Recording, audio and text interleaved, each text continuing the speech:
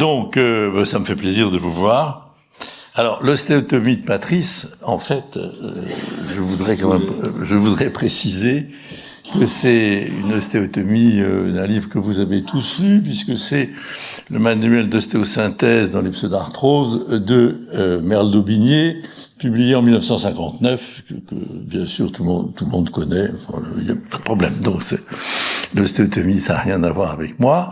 Et puis je voulais juste, à propos des gastrocnémiens, rappeler la mémoire d'un de mes amis qui s'appelait Kazimierz Kowalski, que vous avez tous connu, qui était belge d'origine polonaise, ou polonais d'origine belge, enfin on n'a jamais su, qui est mort il y a 2 ans, et qui a été à l'origine de l'allongement des gastrocnémiens par la rééducation. Voilà, alors, moi j'avais compris qu'est-ce que je garderais de ce que j'ai publié, que j'ai cru pendant 40 ans, comme nous a dit Samuel, puisque ça a duré cette histoire 40 ans. J'ai été le 2e président du GEP, à l'époque ça s'appelait le GEP, et à l'époque au bureau on avait décidé on était moins nombreux, donc on avait dit tout le monde travaillera pendant 1 an sur le même sujet, et au bout d'1 an, au congrès prochain, on publiera tous nos résultats. Voilà. La première année, on a dit on va travailler sur la luxation des sésamoïdes. À l'époque, c'était la mode, la luxation des sésamoïdes. Samuel vous a parlé du calaire, bien sûr. Donc, au bout d'1 an, on est tous arrivés à la même conclusion. La luxation des sésamoïdes n'existe pas, puisque le sésamoïde latéral est fixé au 2e métatarsien, donc il ne peut pas se luxer. Et dans ces conditions, il ne s'agit pas de réduire la luxation des sésamoïdes, mais il faut mettre la tête métatarsienne sur les sésamoïdes. Or, il se trouve qu'à l'époque, j'allais beaucoup aux États-Unis pour des raisons professionnelles et familiales, et j'ai rencontré Kenneth Johnson, qui avait pu vraiment, chez les orthopédistes, populariser le chevron, et je suis revenu dans ma analyse avec le chevron. Alors, l'étiologie de l'hallux valgus, on doit rendre hommage à Gautier. Il parlait de l'effet CAM, c'est-à-dire de la rotation lors de la propulsion du gros orteil, et pour lui, ça venait en fait de l'interphalangienne.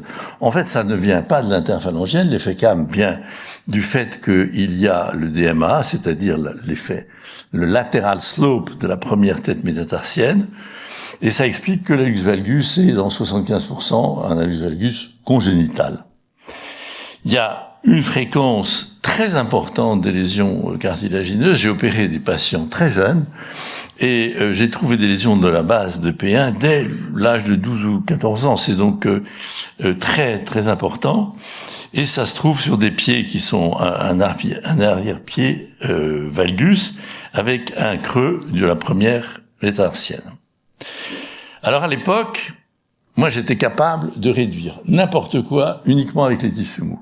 Mais je faisais des incisions qui étaient pratiquement des autopsies. Bon, c'était vraiment des incisions formidables. Donc aujourd'hui, vous avez tous abandonné ça dans ces conditions. Bon, je ne peux plus le faire. Mais je trouvais que c'était bien. On arrivait à corriger tout avec les tissus mous. Alors, j'avais remarqué que quand on accourcissait le premier métatarsien, on augmentait la griffe du 2e rayon. Donc il y a une anastomose entre le fléchisseur de l'hallux et le fléchisseur des orteils. Donc l'hallux valgus qui raccourcit en fait biomécaniquement le premier rayon augmente la griffe du 2e rayon du fait de cette anastomose, donc crée une instabilité au niveau de la 2e MP et finalement entraîne la luxation de la 2e MP. Donc il faut éviter tout raccourcissement de M1, sauf dans l'hallux rigidus, comme Samuel vous l'a montré il y a 5 minutes. Alors, je continue, si ça veut bien continuer. Bien, aujourd'hui vous avez abandonné les grands abords. Je n'ai rien contre, je trouve vos résultats qui sont tout à fait bien. Si ça voulait bien avancer. Dans l'ex rigidus, j'ai publié les premiers résultats des keilectomies. Je crois que j'ai été l'un des seuls en France à faire des keilectomies. Ça donnait des bons résultats à 5 ans. Il fallait enlever à peu près la moitié de la première tête. C'est donc j'ai aucune expérience du pyrocarbone, donc je peux rien dire, hein. Mais donc, ça marche bien. Je faisais des arthrodèses avec un embrochage MP et 2 agrafes dorsales, ce qui en fait est l'équivalent du haubanage de là-haut, hein. J'avais des bons résultats, donc je ne me suis jamais intéressé à une plaque sur l'arthrodèse. Pour la griffe des orteils, le choix est à notre présidente bien-aimée, le docteur Barbara Piclet. Soit vous faites des arthrodèses, soit vous faites des arthroplasties. Moi, je n'ai pas de conclusion. Je trouve que je faisais des arthroplasties parce que ça allait plus vite. Mais enfin bon. Le Wilde des têtes latérales, hein. Il faut éviter d'être systématique. Il faut être sûr que la correction d'Alux valgus ne supprime pas les métatarsiers latérales. Il faut pas être systématique, c'est-à-dire on fait le premier rayon et après dim, 4, non. Jamais de voile isolée, toujours 2, 3, 4. Le cinquième n'est pas systématique. Pour moi, la merveilleuse comptabilité 6, 4, 12 dont on vous a parlé ne sert à rien parce que c'est une projection de courbe, donc c'est pas un plan. L'avant-pied est une courbe, ce n'est pas un plan. Donc moi je les fais tous sur la même ligne et j'obtiens 6, 4, 12 pareil exactement de la même manière. Dans le pied latéral, dans le pied rhumatoïde, le Weil, franchement, c'est mieux que les résections des têtes métatarsiennes. Vraiment, le Weil, vous avez des reconstructions complètes d'avant-pied rhumatoïde, c'est vraiment très très bien. Fracture des sésamoïdes. Alors, on vous en parlerait tout à l'heure. J'espère que vous rendrez à César ce qui est à ma broche. L'embrochage métatarsophalangiens avec 10 degrés de flexion plantaire entraîne 100% de consolidation. Si vous avez des sésamoïdes bipartites et que vous les embrochez avec 10 degrés de flexion, ils consolident toujours. Toujours. Donc ça prouve bien que ce sont des ostéochondroses de croissance et que l'embrochage MP entraîne la consolidation. Et j'ai un cas d'Alux varus congénital avec un sésamoïde bipartite latéral que j'ai embroché en flexion et il a bien sûr consolidé. La pseudarthrose des métatarsiens. Alors, moi j'avais la chance d'avoir un fournisseur exclusif qui malgré tout est mort, alors je ne vais pas citer son nom. Donc j'avais plein de pseudarthrose de métatarsiens, donc je faisais des embrochages intermétatarsiens de chaque côté de la pseudarthrose, si possible 2 broches, et franchement ça consolide aussi toujours sans que vous ayez obligé d'aborder. L'ostéotomie phalangienne, je trouve pour moi que les ostéotomies phalangiennes le vissage est supérieur à l'embrochage, et puis abandonner les ostéotomies des rotations ou de merle d'Aubigné. Le Taylor's bunion, le Taylor's bunion, c'est un hallux valgus médial, mais c'est exactement la même lésion. Exactement, hein, avec le medial slope de la tête métatarsienne. Donc, est-ce qu'il faut le traiter? Je sais que la plupart d'entre vous font des ostéotomies du 5e métatarsien. C'est en particulier mon ami Sermolacci, qui n'est pas là, mais enfin, qui m'a expliqué que ma reconstruction du 5e rayon de la 5e MP n'avait aucun intérêt. Je l'ai quand même fait en particulier dans des lésions anciennes.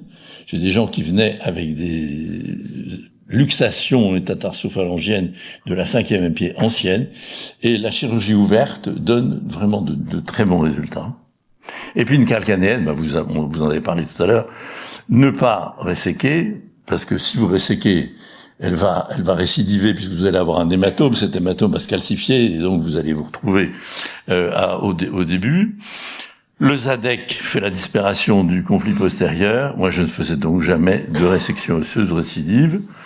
Pour la rupture du tendon d'Achille, vous avez connu le ténolig qui donnait des bons résultats. Alors, une opération que j'adorais, alors franchement que j'adorais, c'est la paralysie du sciatique poplité externe avec le transfert du jambier postérieur. Et j'avais inauguré le transfert du jambier postérieur avec un fragment du scaphoïde. Je le passais sous le rétinaculum des extenseurs et je vissais ce fragment osseux sur le 2e cunéiforme. Ce qui fait que j'avais toujours une consolidation osseuse et que je ne posais pas de problème. L'arthrodèse sous-astragalienne, dont vous vous souvenez que je me suis battu pour la voie médiale, l'arthrodèse talocalcanéenne est suffisante. La fixation talonaviculaire bloque la sous-astragalienne, donc j'utilisais une seule vis postéro-antérieure, c'était pas la peine de faire autre chose. Prothèse de cheville, j'ai beaucoup travaillé sur les prothèses de cheville avec Hinderman et Greta Dermaker. Bon, les résultats de Beat sont très bons. Moi, mes résultats étaient moyens. Pierre me dit qu'il a une prothèse de cheville qui marche bien. Il en est content, donc je pense qu'il faut continuer à chercher dans ce sens. Voilà, donc ce que je garderai, si vous voulez, essentiellement ce que je garderai, c'est ce qu'il y a de plus simple. Dans l'arrière-pied, le percutané qu'on vous a montré ce matin est absolument superbe. Je trouve que c'est vraiment un progrès. C'est un peu plus long que ce que je faisais moi, ça allait quand même un peu plus vite quand j'ouvrais, mais bon, bien sûr, on n'en est pas à des problèmes de temps. Et puis, rappelez-vous deux choses qui sont pas tellement connues. Donc l'anastomose plantaire entre le fléchisseur du gros orteil et le fléchisseur des orteils, qui entraîne une griffe systématique si on raccourcit le premier rayon. Et puis ce transfert du jambier postérieur avec un fragment osseux qui permet la fixation. Très facile, honnêtement c'est très facile de le faire. Je pense qu'Olivier s'en souvient. Voilà, je vous remercie et j'étais ravi de vous voir.